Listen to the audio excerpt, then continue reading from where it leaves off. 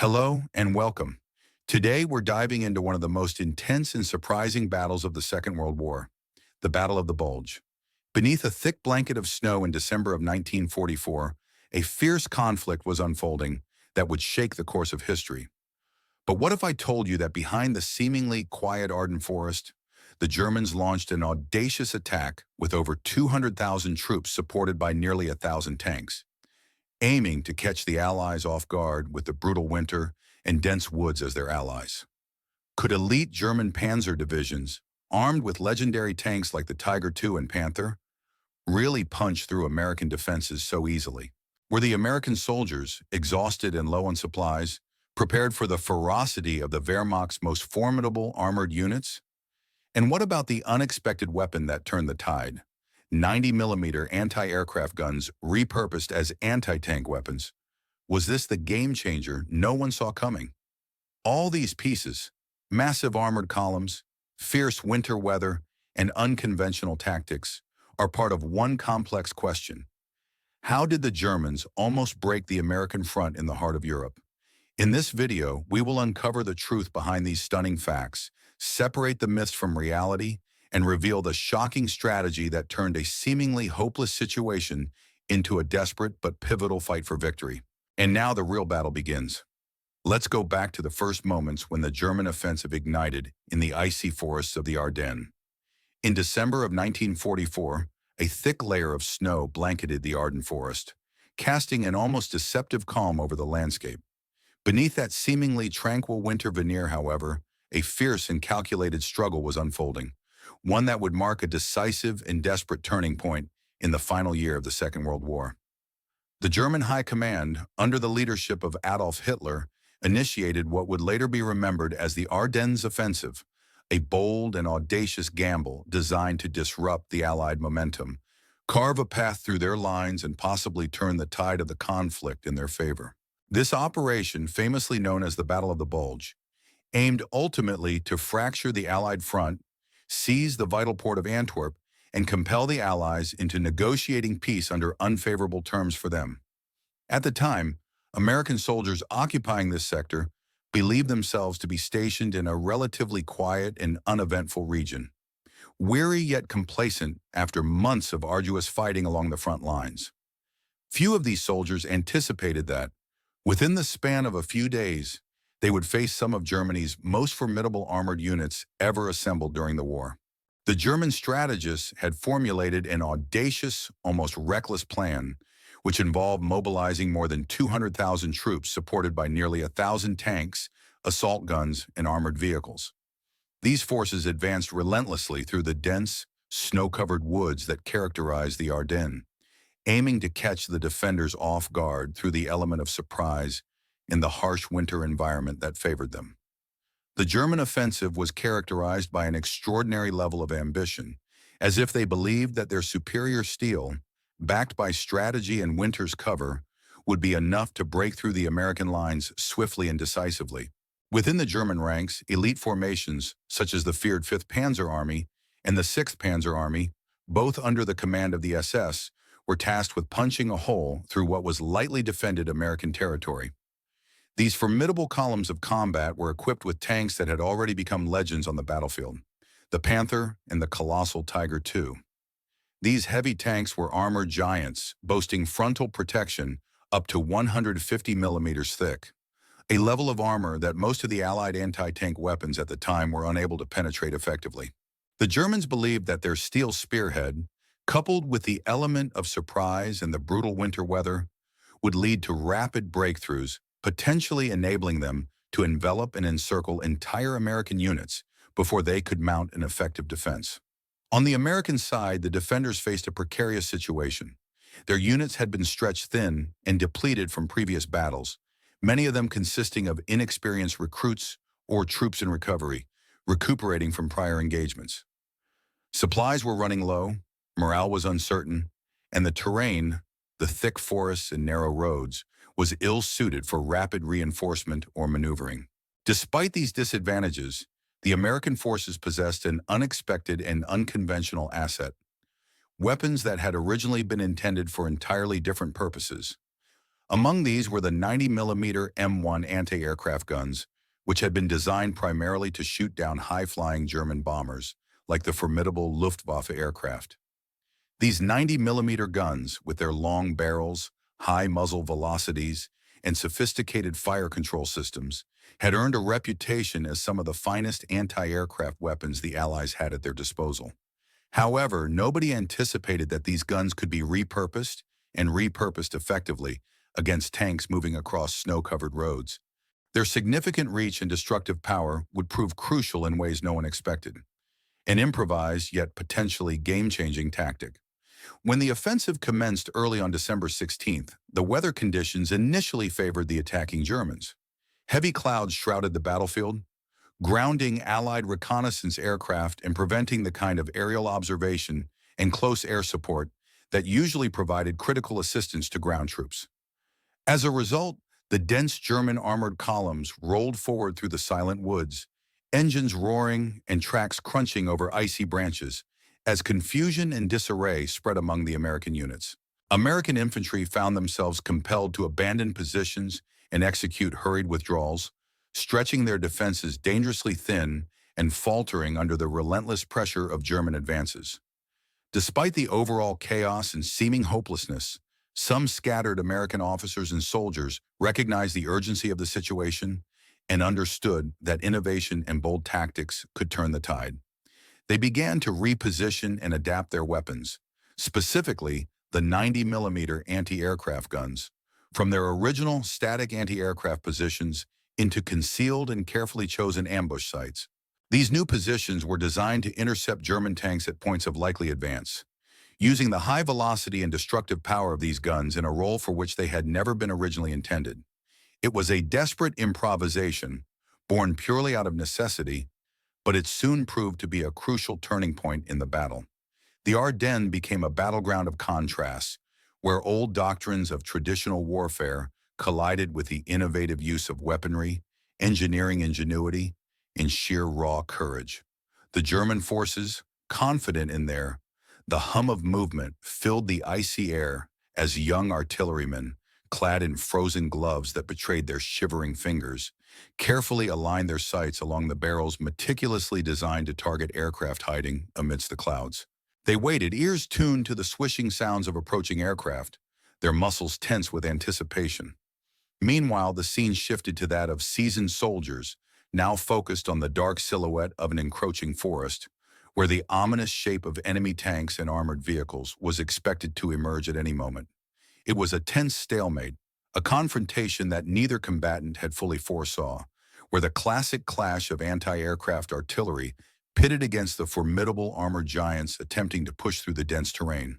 For the German high command, these woods and open fields represented the last flickering hopes of reclaiming the delicate strategic advantage on the Western Front. They had launched their offensives with the aim of breaking through and securing territorial dominance. But now, amidst the cold and chaos, all eyes turned to the hope that their formidable armor could punch through American effective defenses. Conversely, for the American forces, this moment embodied a critical test of their resilience, demanding quick thinking, adaptable tactics, and the innovative use of unfamiliar equipment to outmaneuver a technologically superior opponent. Among these weapon systems, the 90mm gun quickly emerged from its traditional anti-aircraft role, about to make a narrative shift that would etch its name into the annals of ground combat history. Designed in the late 1930s, the 90mm M1 gun had not been originally intended for ground confrontation against heavily armored tanks in the forests of Belgium. Its primary purpose was anti-aircraft defense, to intercept and destroy high-flying bombers such as the infamous German Heinkel He-11-1 or the formidable Junkers Ju-88, aircraft that posed lethal threats to Allied cities and strategic targets. From its inception, the gun was conceived as a device for high-altitude aerial combat. Its crews, well-versed in their craft, operated sophisticated predictors and radar-guided fire control systems, cutting-edge technology at the time, making the M1 a vital component of America's homeland air defense network. By the year 1941, the 90mm gun had established a reputation as a capable anti-aircraft cannon, armed with a muzzle velocity surpassing 800 meters per second and capable of propelling shells weighing 15 kilograms to altitudes exceeding 30,000 feet. As the United States mobilized for the global conflict, the cannoneers became experts at precise tracking, using advanced indicators and radar-guided systems to maximum effect. The weapon's portability, although limited, allowed it to be transported where needed, often alongside supply depots, bustling seaports, and key road junctions, providing crucial protection against Luftwaffe bombing runs during the early and mid stages of the war. Most commanders, at first, viewed the 90mm gun as a dedicated anti-aircraft platform, not as a tool for direct engagement with ground targets. Yet beneath its initial purpose lay a promising potential that many overlooked. The gun's long barrel and high-velocity rounds suggested an impressive ability to penetrate thick armor, more so than the standard American 75mm tank gun or even the later 76mm armament fitted to the Sherman tanks. When armor-piercing shells were supplied and tested, results revealed that the gun could trench through more than 120 millimeters of armor at a distance of 1,000 meters, screening the German Panther tank's maximum protection level. Before the decisive Battle of the Bulge, some American units had already begun experimenting with the gun beyond its traditional role. In Italy, during the campaign years of 1943 and 1944, isolated batteries quietly engaged in firing at fortified bunkers or utilizing indirect fire against entrenched positions with a relentless efficiency that yielded devastating consequences for the defenders. These ground-based missile strikes demonstrated the 90mm's untapped potential in roles once deemed unthinkable for an anti-aircraft weapon. In the aftermath of the Normandy landings, scattered reports emerged suggesting that American units had employed the 90mm gun against German fortified positions, firing directly at key strong points. Despite these sporadic incidents, there was little formal doctrine supporting such tactics, and few anticipated that the weapon would play a decisive role in the iconic armored clashes that would come later. The Germans, meanwhile, had become aware of the existence of the 90mm gun, but dismissed it as a primarily anti-aircraft threat, not a significant ground weapon of concern. Their focus was elsewhere, combating the persistent threat posed by the Sherman tanks, alongside the British 6-pounder and the formidable 17-pounder anti-tank guns. They relied on the assumption that American heavy anti-tank firepower would primarily be delivered by specialized tank destroyers like the M10 and the M36 Jackson, the last of which mounted the very same 90mm gun. Dedicated vehicles designed explicitly. Throughout the campaign, American ingenuity was vividly demonstrated in their innovative approach to utilizing anti-aircraft weapons, specifically the towed artillery pieces that had been initially designed for air defense rather than ground combat. In many instances, these formidable guns were strategically buried behind embankments along roads or carefully positioned at pivotal crossroads, precisely where the advancing German armored columns would likely attempt to break through or press their offensive forward.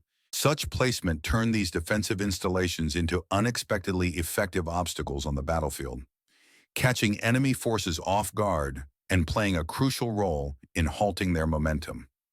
In the chaos that engulfed the Arden Forest during the German surprise offensive, the presence and strategic employment of these artillery pieces proved highly fortunate.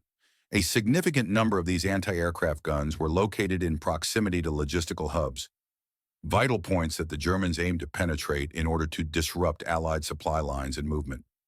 Recognizing the potential of these concealed assets, American commanders acted swiftly to adapt their tactics. Entire batteries of artillery were reoriented in a matter of moments, responding to the rapidly shifting battlefront.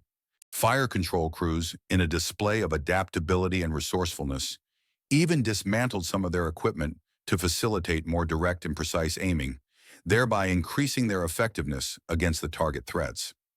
Meanwhile, a rush was made to supply armor-piercing ammunition to these positions.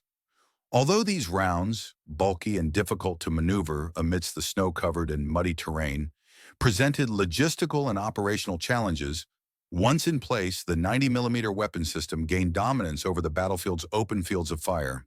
The crews manning these guns, trained primarily in targeting fast-moving aircraft, found the materialization of tank silhouettes to be a more manageable target, especially at ranges where most German gunners felt relatively secure. This adaptability was crucial, viewed a testament to the resilience and ingenuity of American forces fighting in a winter landscape that imposed severe physical constraints. The technical superiority of the 90mm gun went beyond mere firepower. It was also rooted in its remarkable versatility. With its high rate of fire, it could swiftly lay down multiple rounds, overwhelming the enemy. Additionally, shells fitted with time fuses could be effectively used against both tanks and infantry alike, transforming this weapon into a multi-purpose tool on the battlefield. In the snow-laden terrains of Belgium, a single artillery battery's strategic placement could deny a village or essential crossroads to the Germans. It could deliver a dual punch, engaging enemy armor with anti-tank shells and simultaneously providing bombardments against advancing infantry, thereby complicating the enemy's operational plans. As the Germans pressed forward in their counteroffensive, American soldiers, noticing their initial doubts about their ability to take on the most formidable of German tanks, began to realize that with consistent and well-supported firepower, even the most heavily armored German vehicles could be brought down. The realization spread rapidly among the troops, acting as a critical psychological uplift during some of the darkest days of the campaign. This burgeoning confidence became a vital morale booster. When the German counterattack finally erupted in full force, its devastating impact was largely made possible by the formidable armored spearheads, which carried the weight of the offensive's power. The German Wehrmacht had gathered in the Ardennes some of the most formidable tanks in its entire arsenal, machines that epitomized both German engineering excellence and the desperate hope of reversing the war's tide. These were not just vehicles, but symbols of German military prowess, designed to punch through Allied defenses and turn the tide once again in their favor. Anchoring these armored formations were the Panther medium tank and the Tiger II, commonly known in its nickname as the King Tiger, which represented the pinnacle of German tank design. Each of these vehicles embodied a level of firepower and protection that had long instilled fear into American and British troops since the Battle of Normandy. The Panther was equipped with a 75mm KWK 42L70 gun, renowned across the battlefield for its long-range accuracy and ability to penetrate enemy armor effectively.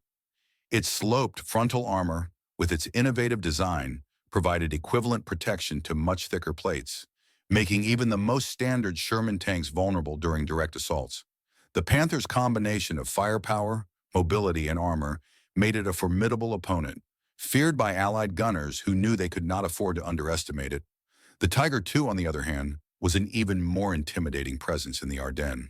Weighing close to 70 times 100 kilograms, almost 150,000 pounds, it was protected by sprawling frontal armor that could reach thicknesses of up to 150 millimeters. Its primary armament, the 88mm KWK 43 cannon, was capable of obliterating virtually any Allied tank at ranges surpassing 2,000 meters. The crews of these behemoths, many of whom were veterans of the brutal Eastern Front, exuded a profound confidence in the lethality and resilience of their machines. They expected their armored columns to emulate the swift, victorious sorties of 1940, where German armor, with their formidable barrels and intricate mounting systems, making transportation and deployment a logistical challenge in the midst of chaos. Nonetheless, the urgency of the threat pushed officers to expedite their repositioning, knowing that the fate of their forces depended on confronting these heavily armored German behemoths. As these powerful 90mm anti-aircraft systems were drawn into battle, their roles shifted from air defense to primary tank killers, hidden behind trees or nestled within defensive positions, away from direct line of sight. They became silent sentinels, patiently waiting for the doomed Panthers and Tigers to enter their lethal range. Once those armored giants drew close enough, the rapid-fire capabilities and enormous shells of the 90mm guns transformed them into deadly anti-tank weapons that could penetrate even the thickest German armor at reasonably close distances. The American soldiers operating these weapons quickly learned that their initial perception, that only specialized tank destroyers or heavy artillery could effectively challenge German armor, was about to be upended. The strategic landscape suddenly changed, and these previously secondary anti-aircraft guns emerged as critical components in the fight to stem the German advance. By repurposing these weapons for anti-tank roles, the defenders gained an unexpected advantage, exploiting the element of surprise and the gaps in the German armored formations. The German advance itself, hampered by the worsening weather and increasingly congested muddy roads, became more vulnerable than anticipated. Heavy snowfalls blanketed the battlefield, reducing visibility to a minimum and slowing movement along clogged roads that were ill-suited for the mass movement of heavy vehicles. As columns of German tanks and vehicles crept cautiously forward, they became easy prey for concealed American gun positions that lay in wait at strategic points. At these critical choke points, locations where the narrow roads funneled the German columns, John anti-aircraft guns, previously positioned for air defense, now played a deadly role in shaping the battlefield. Though silent for the time being, these weapons stood ready to unleash devastating volleys of high-velocity shells at the approaching metallic juggernauts. The sight of a Panther or Tiger lumbering into range would soon be met with a deadly hail of fire, capable of punching through the heavily armored sides of those tanks, transforming what was perceived as an unstoppable German offensive into a lethal hazard for the attackers. Amid the chaos and confusion of the breakthrough, American officers faced difficult, often grim decisions. Conventional defensive strategies developed based on previous encounters had not prepared them for an aggressive armored push of this scale and intensity through the Ardennes. The rapid German advances forced creative solutions at a moment's notice, spawning innovative tactics rooted in battlefield necessity rather than standard doctrine. With the weaknesses in traditional anti-tank armament, like the 57mm and 75mm guns, becoming blatantly obvious against Panther and Tiger armor, a sense of urgency spurred commanders to think outside the box. They began dismounting the 90mm M1 anti-aircraft guns from their initial placements, redirecting these powerful weapons to serve as anti-tank platforms. This shift marked a turning point in the engagement, transforming previously auxiliary defenses into crucial weapons of survival. The process of repositioning these heavy guns was fraught with logistical complications, as each gun and its mounting system weighed nearly 9 tons, necessitating careful planning and physical effort under stressful conditions. Moving such heavy artillery through snow and mud, often over difficult terrain, was no simple task, yet the exigencies of the situation made it imperative.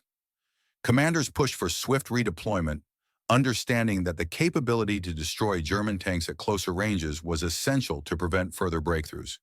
This strategic pivot had profound implications for the battle's outcome.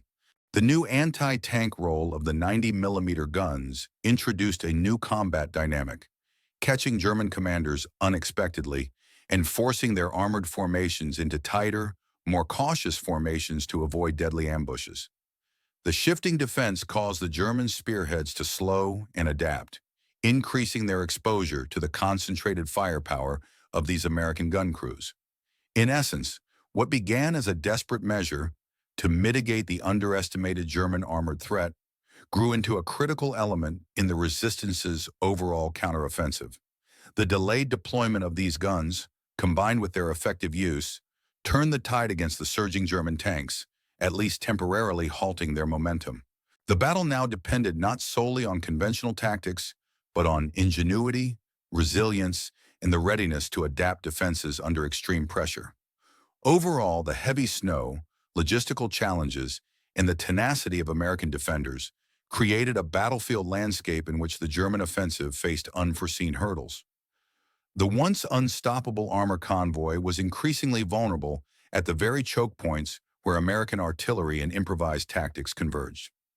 Conversely, the Germans found themselves increasingly encumbered, slowed down by weather, terrain, and fierce defensive fire, diminishing the initial shock and establishing a more uncertain and dangerous struggle for both sides. This extraordinary contest was marked by moments of improvisation that redefined battlefield expectations. The effective use of the 90mm anti-aircraft guns as anti-tank weapons became emblematic of American ingenuity in the face. Their vehicles, whether it was the sturdy carriages or the heavy trucks and tracked prime movers, needed to be repositioned swiftly in the challenging winter landscape. The roads, clogged with snow and laden with abandoned vehicles and wreckage, turned every maneuver into a perilous task, slowing progress and raising the risks for all involved. Yet despite these formidable difficulties, the gun crews, many of whom had been trained primarily for high-altitude aerial combat, showed extraordinary resilience and adaptability in the face of adversity. In some instances, they stripped away elaborate fire control mechanisms from their weapons to lighten their weight, allowing for quicker aiming and faster shifts of fire, which proved crucial in the chaos of the battlefield. Others went a step further in their improvisation by digging their gun mounts directly into the ground, transforming them into makeshift but stable firing platforms positioned at the strategic points such as road junctions or on the outskirts of villages. Ammunition handlers, under severe pressure, hurried forward armored piercing shells, often scavenged from depots not expecting such urgent demands, trying to fill the immediate needs of the fighting units. The scope of field improvisation extended far beyond mere hardware modifications. Crews collaborated with infantry and engineers, concealing their weapons within snowdrifts and dense foliage to craft deadly ambush sites, blending seamlessly into their environment with remarkable ingenuity. Gunners, already disciplined by rigorous training and accustomed to calculating lead angles for fast-moving aircraft, found that targeting tanks in the narrow confines of rural lanes was far less abstract and much more visceral than tracking aircraft across an open sky. Instead of sweeping their sights across distant horizons, they now aimed through the boughs of trees at imposing silhouettes of approaching enemy armor, an intensely tangible form of combat that called upon all their precision and calm under pressure. This foundation of disciplined training and meticulous firing practice carried over into these ground engagements. For example, units supporting the 2nd Armored Division, as German forces pressed forward towards several critical villages in Belgium, demonstrated their adaptability. The officers ordered 90mm artillery batteries to cover the flanks, areas where the more vulnerable Shermans alone could not afford the luxury of holding ground. These guns quickly set up at crossroads and behind strategically chosen stone walls, waiting silently in concealed positions until the German tanks crested the horizon within 1,000 yards. At this deadly distance, the high velocity of the 90mm rounds could penetrate even the heavily armored fronts of the formidable Panther tanks. Reports from these encounters described shells that punched cleanly through turret armor, igniting internal fuel tanks, and forcing the once seemingly invulnerable German vehicles to be abandoned by their crews. Vehicles that had appeared invincible only moments before. However, not every deployment was flawless. Exposing such a large weapon made it vulnerable once its position was compromised, and German artillery and mortar units often razor-edged in, zeroing in on gun positions as soon as they fired.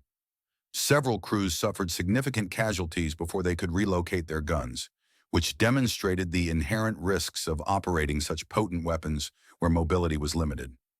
Nevertheless, the destructive power of the 90mm weapon justified these risks, as its ability to disable and destroy tanks at critical moments often turned the tide of local engagements. The American forces also employed similar weapons, such as the M36 Jackson tank destroyer, also armed with a 90mm gun, yet these vehicles were far too few in number to cover the broad front effectively. To compensate for these shortages, their towed versions, despite the logistical challenges that their transportation posed, helped fill the gaps.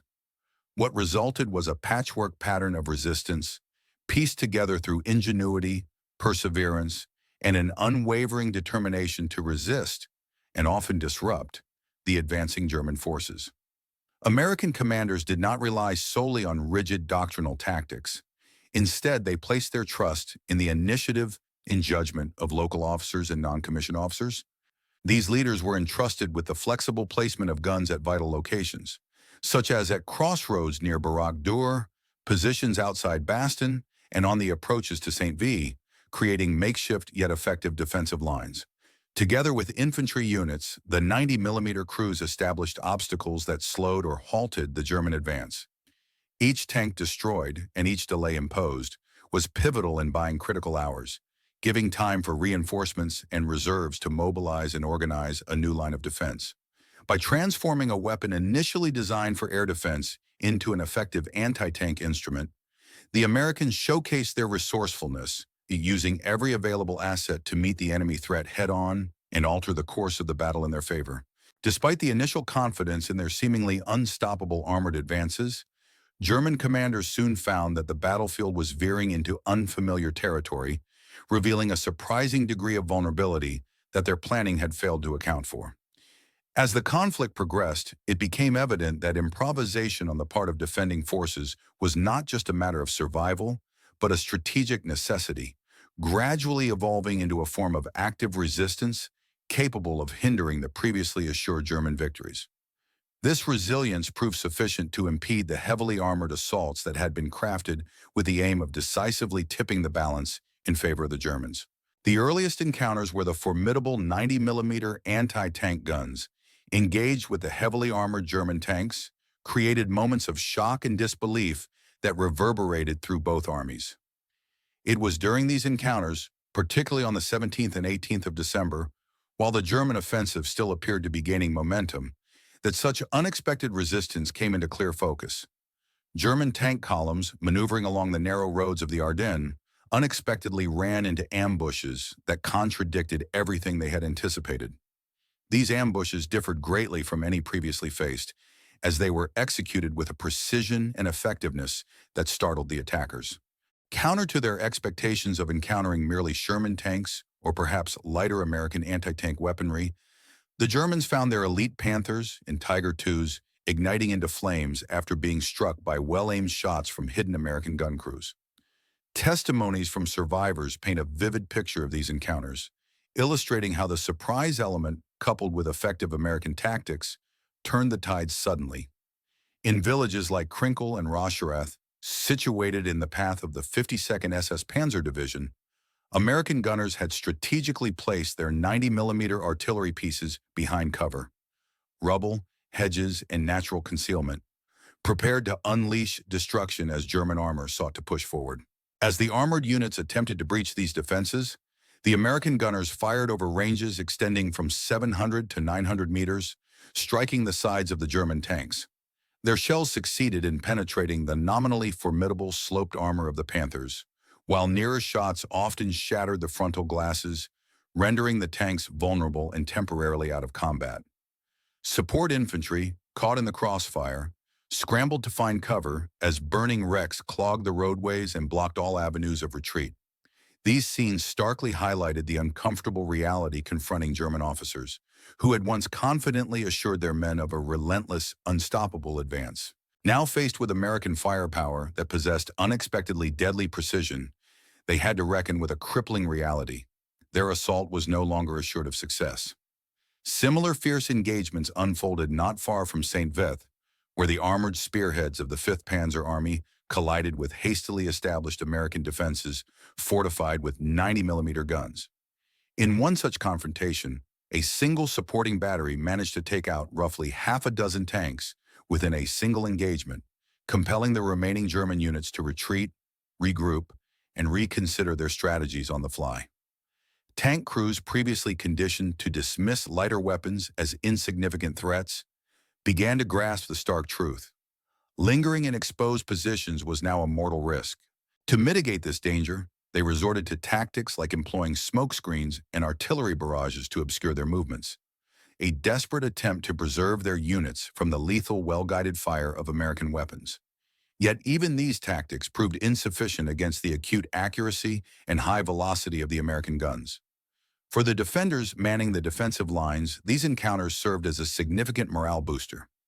Witnessing the destruction of the formidable German tanks, whether by turret explosions or crews forced to abandon their vehicles amidst the snow, reinforced the belief that with the right tools, even the heftiest armor could be rendered useless. Allied infantry passing on the scene observed, with a mixture of relief and newfound confidence, how massive German tanks ground to a halt, their turrets blasted open and crews fleeing into the winter landscape, their engines smoking and useless.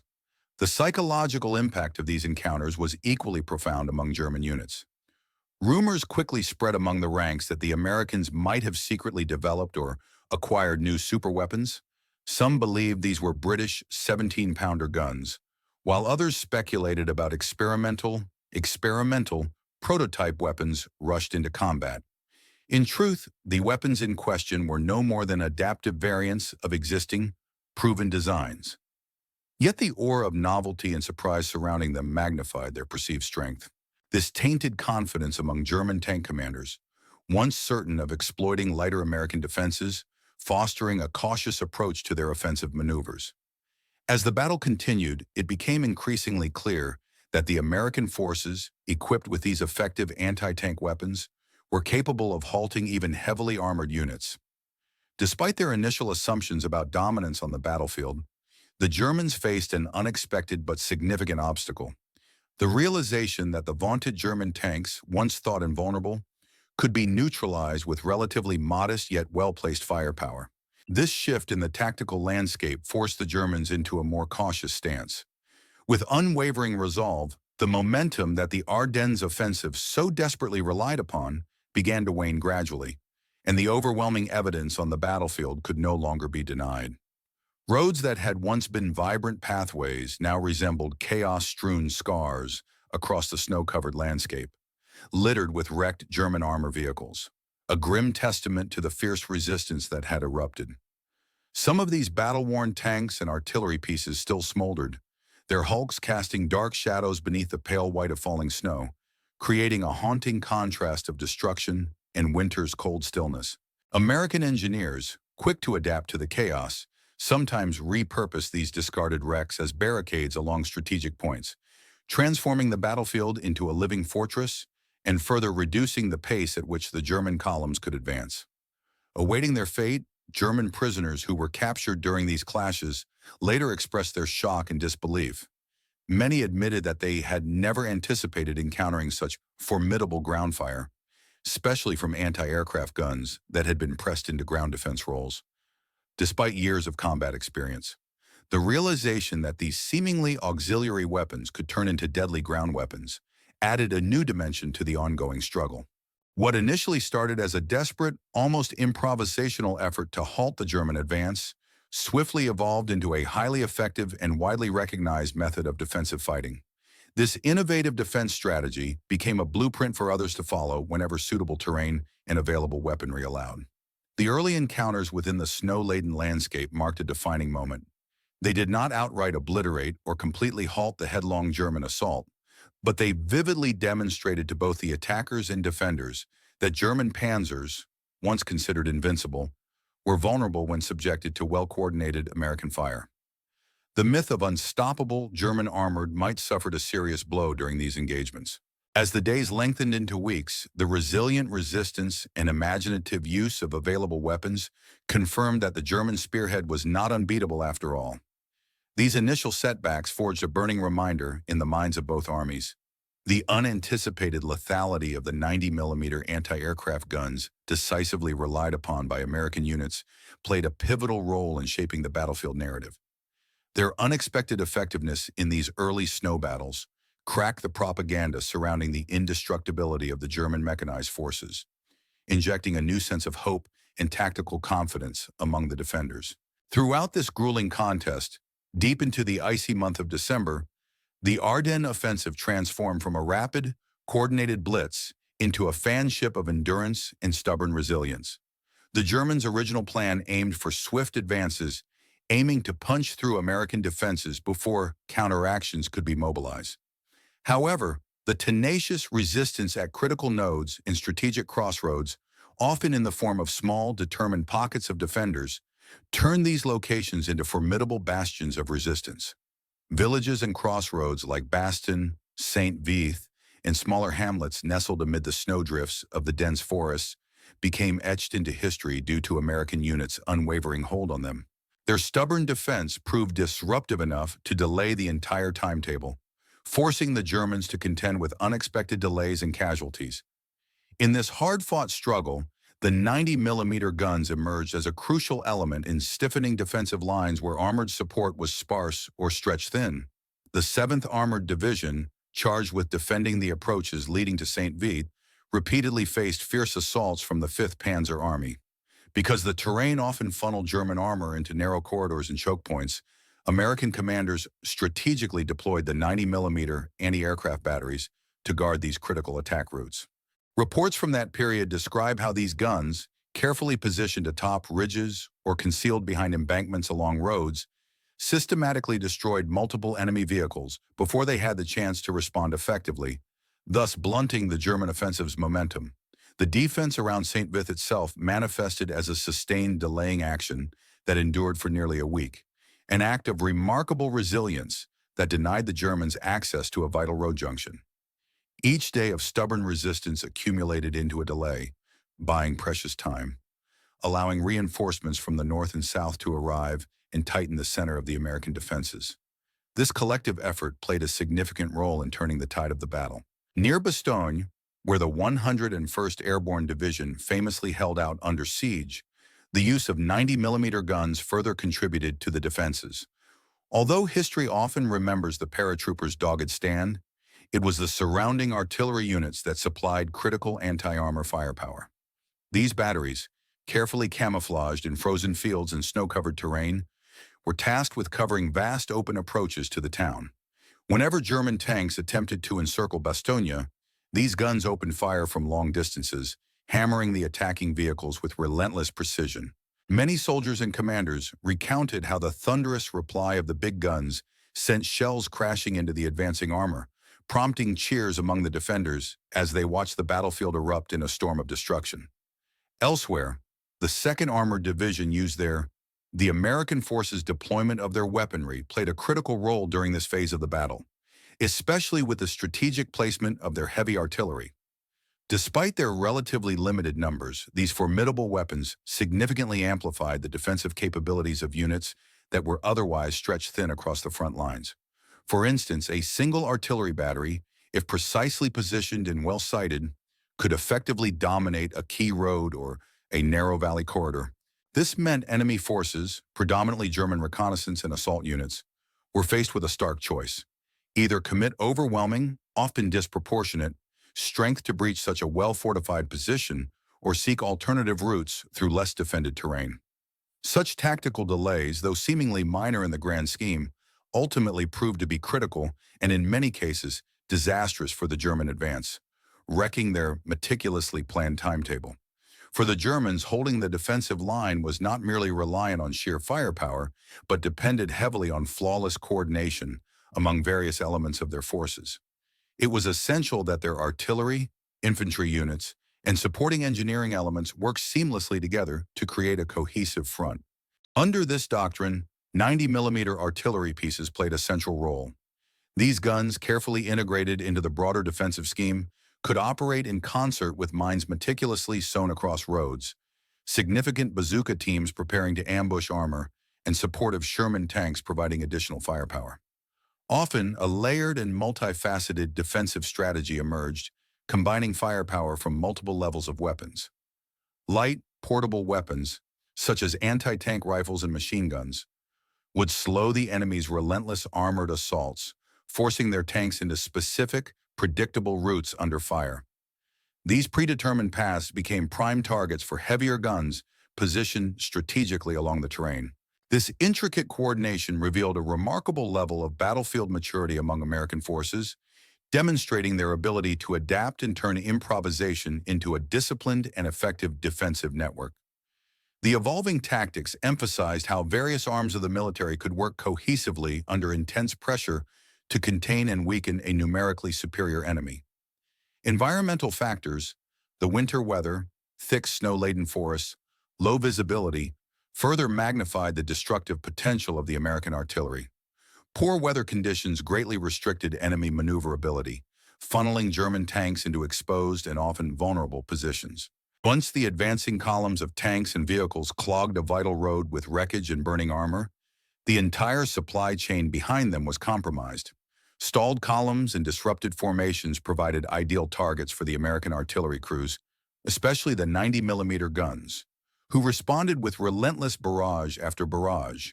Each tank destroyed didn't just reduce enemy strength, it delayed their plans, giving the defenders precious time to reorganize and prepare for the next wave of attacks. By the end of December, observers recognized that while the American defensive line had been forced to stretch and bend under increasingly savage assaults, it had not yet succumbed entirely. Their resistance slowed the German drive to a crawl, bleeding their momentum and forcing the German command to reconsider their tempo. Much of the resilience displayed by the Americans owed to the unwavering determination of units that refused to break under the grim winter conditions. Nonetheless, there could be no doubt that the contribution of the 90mm guns was vital. They had succeeded in transforming scattered, modest strongpoints along the front into formidable bastions capable of truly standing toe-to-toe with the armored might of the German panzers. Thanks to this formidable firepower, the Germans were never able to achieve the rapid breakthroughs they desperately needed, pinning down their offensive. However, as the battle progressed, cracks in the German offensive strategy widened, revealing vulnerabilities not only because of American resistance, but also due to serious misjudgments made both in Berlin and on the battlefield. German intelligence services had been operating under outdated assumptions about Allied strength and capabilities. Their recon efforts primarily focused on monitoring known quantities, such as Sherman tank production figures and the position of specialized tank destroyer battalions. But they had failed to recognize a crucial aspect: the American penchant for improvisation and flexibility. The Americans were known to repurpose weapons and adapt their tactical roles rather than strictly adhere to doctrinal standards. In particular, the Germans had underestimated the relevance and potency of the 90mm gun. Officially, this weapon was primarily classified and employed as an anti-aircraft piece, and not as a significant obstacle to heavily armored assault forces. This oversight led to a dangerous miscalculation. German commanders believed that the tank's threat level had been exaggerated and that only certain British tanks, such as the formidable 17-pounder, posed an authentic danger to their armored units. Consequently, they approached their advance with a false sense of security, moving forward along narrow roads and through hostile terrain with less caution than they would have otherwise exercised. This overconfidence proved costly when German tanks encountered the devastating firepower of the 90mm guns, often turning these once assured advances into tragic ambushes. Reports from the battlefield confirmed that formations frequently charged boldly through the snow-covered landscape, relying solely on knowledge that mines or concentrated artillery. The initial planning for the offensive was critically undermined by a series of logistical flaws that only served to amplify the original errors in strategy. The operation itself was already an ambitious risk, heavily dependent on the flawless execution of meticulously coordinated schedules, along with the aim to seize key fuel depots belonging to the Allied forces. Any unforeseen delay in one segment of the operation had the potential to set off a chain reaction, causing fuel consumption to spiral uncontrollably, eventually threatening the very foundation of the offensive's mobility and momentum. Furthermore, the German army's efforts to weaken Allied defenses using their formidable 90mm guns by targeting and destroying tanks at strategic choke points ended up backfiring. Instead of crippling the enemy, these actions inadvertently exacerbated the Germans' supply issues. Wreckage from the destroyed tanks clogged roads, creating traffic jams that trapped the supply columns. In these moments, critical fuel supplies, which were already under pressure, were burned idly as recovery vehicles, scarce in number, struggled to clear the debris, often falling prey to ambushes in the process.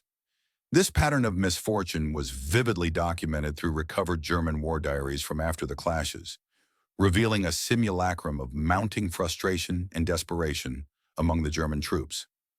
Tank crews stationed along frozen roads lamented their plight, describing how they found themselves immobilized amid wreckage and snow, unable to advance further or retreat effectively. The psychological toll of these mounting setbacks extended beyond the tank crews directly involved in the confrontation.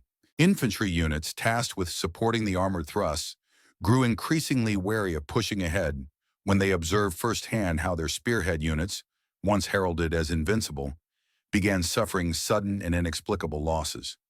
Commanders who had promised relentless momentum watched as their plans began to slow into a grinding war of attrition by late December. Civilian and military soldiers alike started to harbor doubts about the assurances of impending victory, especially after encountering abandoned panthers and tigers, many of which had once been feared as nearly indestructible armored beasts. Instead of the formidable adversaries they had anticipated, Some of these tanks were found rendered useless by weapons many soldiers had never encountered, revealing serious flaws in their armor or design. Strategically, the German High Command's insistence on operating under strict secrecy and centralized control only worsened the situation by hindering timely reconnaissance and tactical adjustments.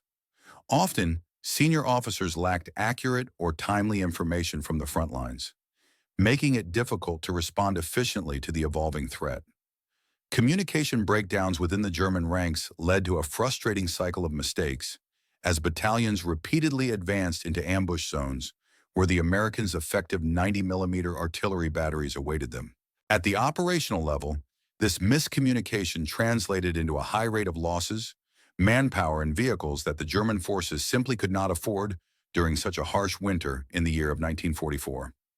Meanwhile, the American forces demonstrated remarkable adaptability, quickly learning to disperse their guns and shift their positions in response to German tactics, a stark contrast to the Germans' rigid doctrine focused on concentrated armored thrusts. By the time German tank commanders recognized the threat posed by the versatile American 90mm guns, it was often too late. The pattern of engagement had already been set.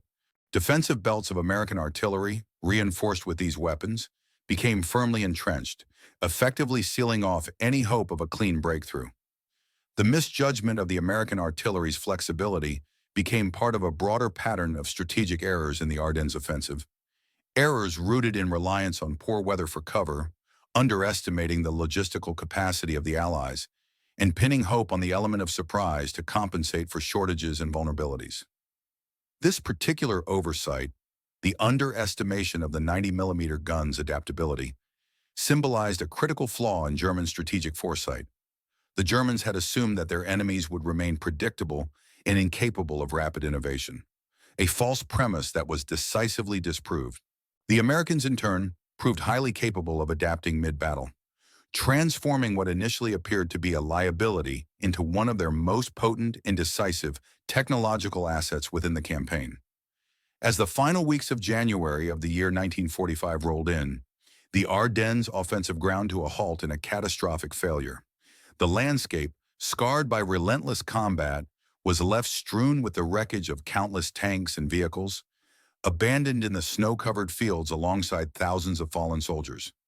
It was an unmistakable and devastating defeat for Germany, an unanticipated lesson in battlefield innovation. One of the most lasting lessons learned by the United States Army from this failed campaign was the recognition of the 90mm gun's extraordinary versatility. Originally developed as a formidable anti-tank weapon, this artillery piece proved capable of adapting to a wide array of tactical challenges, ultimately transforming into one of the campaign's most decisive forces on the battlefield. The significance of the 89mm anti-aircraft gun extended far beyond its initial role as a defensive weapon in the European theater. During the Battle of the Bulge, this firearm demonstrated remarkable versatility and efficacy, highlighting how heavy-caliber, high-velocity artillery could be wielded with innovative tactics to decisively influence armored combat. Its performance in combat revealed critical insights into both the weapon's capabilities and the dynamics of modern mechanized warfare. In the aftermath of the engagement, stark and compelling statistics emerged, offering a sobering account of the extent of German losses. The Wehrmacht suffered the destruction of nearly 600 tanks and assault guns, many of which were eliminated during direct confrontations where the 89mm gun's fire played an instrumental role. These losses underscored the weapon's effectiveness against formidable German armor, reshaping perceptions about the potential for ground-based weaponry to counter heavy tanks, traditionally considered the domain of aircraft or large-scale artillery. Comprehensive after-action reports, meticulously compiled by United States Army Ordnance officers, emphasized that the 89mm gun was capable of penetrating the frontal armor of the legendary Panther tanks, and under suitable conditions, even the heavily armored Tiger II. To frontline soldiers who had been conditioned to believe that only the might of airstrikes or massed artillery could halt German armored advances, these findings came as a revelation. They challenged prevailing assumptions and highlighted the importance of adaptable, well-placed anti-tank weapons in the evolution of combat strategies.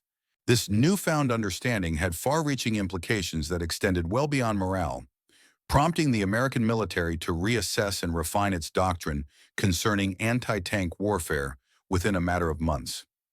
The triumph of the 89mm gun in Belgium provided concrete justification for its continued deployment and standardization across various vehicles. Subsequent armored platforms, such as the M36 Jackson tank destroyer and later the M26 Pershing heavy tank, were equipped with the same potent 90mm main gun derived directly from the system that had shown outstanding results in the Ardennes. With the deployment of the Pershing in early 1945, the U.S. military marked a decisive transition in its approach to armored combat, moving away from reliance solely on medium-caliber weapons. Instead, there was an emerging conviction that American tanks needed to match or surpass German firepower through increased caliber and firepower. This strategic shift not only fortified American armored capabilities, but also signaled a broader rethinking of doctrinal principles that would influence Cold War tank development for decades ahead. The Germans, noticing the evolving threat, soon had to confront a sobering reality. Interrogations of prisoners and the analysis of captured documents revealed that German commanders were genuinely surprised by the effectiveness of American improvisation and innovation. They confessed that the presence of unexpected anti-tank firepower had begun eroding the confidence of their panzer units and disrupting their operational plans, an outcome especially notable because Germany had long prided itself on tactical innovation, epitomized by its legendary use of the 88mm gun in dual roles as anti-aircraft and anti-tank artillery. Ironically, by late 1944, it was the Americans who had assumed the mantle of adaptability in armored warfare, capitalizing on the lessons learned from previous engagements and the flexibility of their artillery and tank forces. This shift in combat dynamics marked a notable reversal of earlier expectations, significantly impacting the war's later stages. Beyond the technological and tactical lessons, the legacy of the 89mm gun during the Battle of the Bulge illustrated a broader theme of innovation and resilience that stretched across the entire conflict. The experience underscored the importance of industrial versatility, ingenuity among soldiers, and the ability to adapt existing weapons and tactics under battlefield pressures.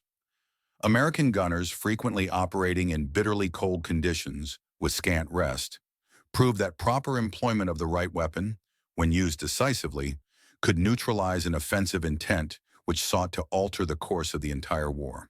The delay inflicted on German spearheads allowed Allied reinforcements to arrive, facilitating the eventual encirclement and crushing defeat of Hitler's last major offensive in the West. As history moved into the post-war era, the reputation of the 89mm gun only grew stronger. It became the standard armament for America's heavy tanks throughout the 1950s and exerted considerable influence over NATO's strategic doctrines during the early years of the Cold War.